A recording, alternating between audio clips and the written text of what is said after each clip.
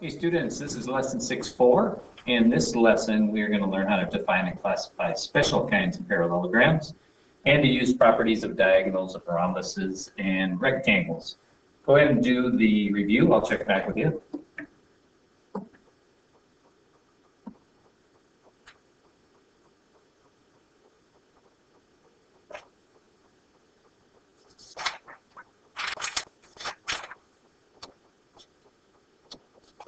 All right, so here's our concepts. Rhombus is a parallelogram with 4 congruent sides, so we're going to consider these the definitions.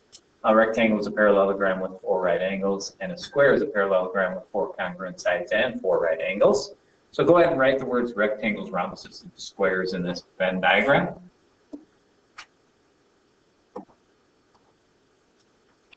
And notice that if it's a square, it is both a rectangle and a rhombus also.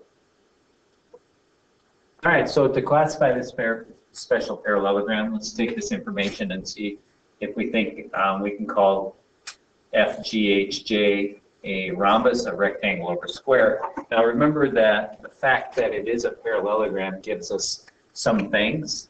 Like one thing we know about parallelograms is that opposite sides are congruent.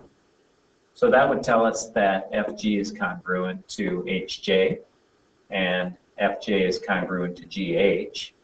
Right there, we can tell it's a rhombus because we have 4 congruent sides. So by definition of rhombus, FGHJ is a rhombus. And we also know, since it's a parallelogram, that if it's a parallelogram, then opposite angles are congruent. So that would tell us that this is also a right angle. And we can just do a little math here.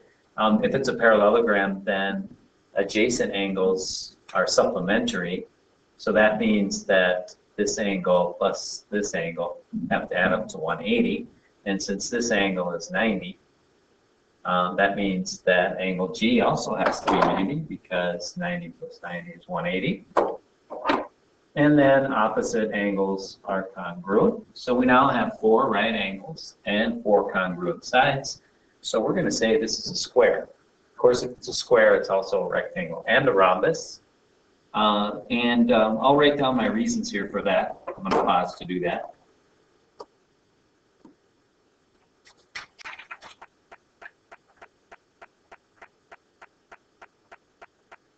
All right, go ahead and do problem 1.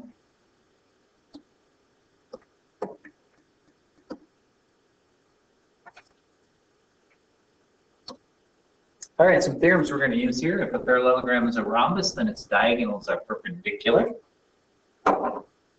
So we can put this in there. If a parallelogram is a rhombus, then each diagonal bisects a pair of opposite angles.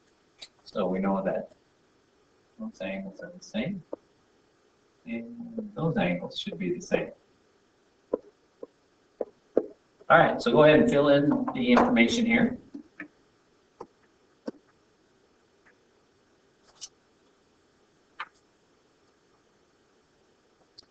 All right, so we're going to use that information to find some angle measures. It says, what are the measures of the numbered angles in this rhombus?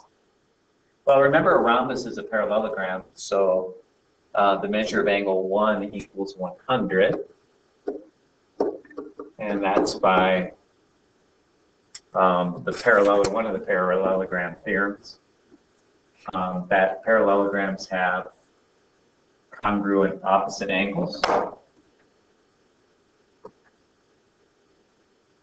Also, we know that parallelograms have adjacent angles in a parallelogram are supplementary. So we have the measure of angle DAB, which is this one here, plus 100 equals 180, and that's by one of the other parallelogram theorem.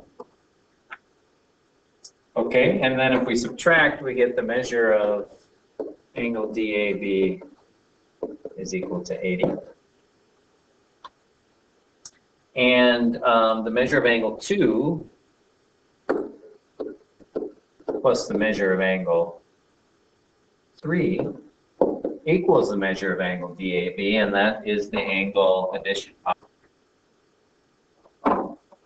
So we know that the measure of angle 2 is equal to the measure of angle 3, and that's because rhombuses have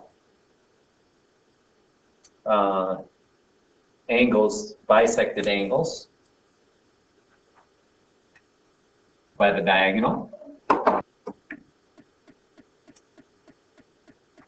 So we get 2 times the measure of angle 2 is equal to 100, and that's by substitution.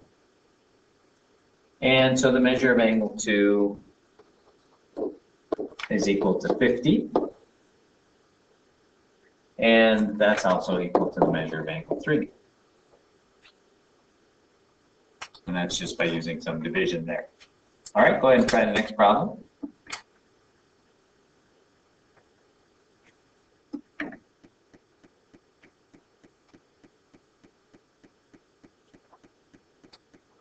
All right, another theorem we can use is about rectangles. If a parallelogram is a rectangle, then its diagonals are congruent.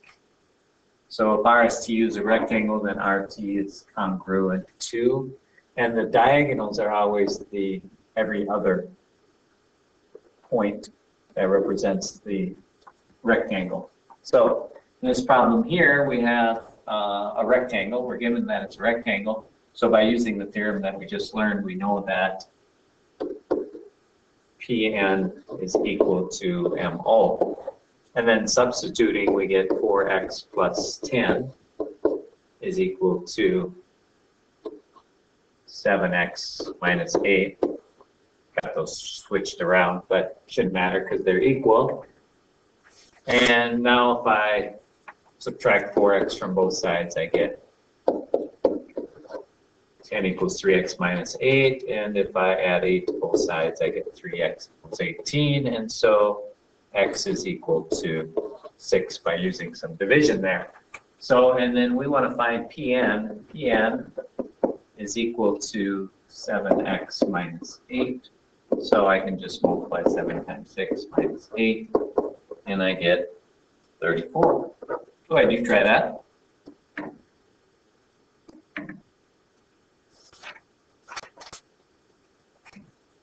All right, that's the end of this lesson. Go ahead and do the lesson check, and we'll talk about that next time we meet in class.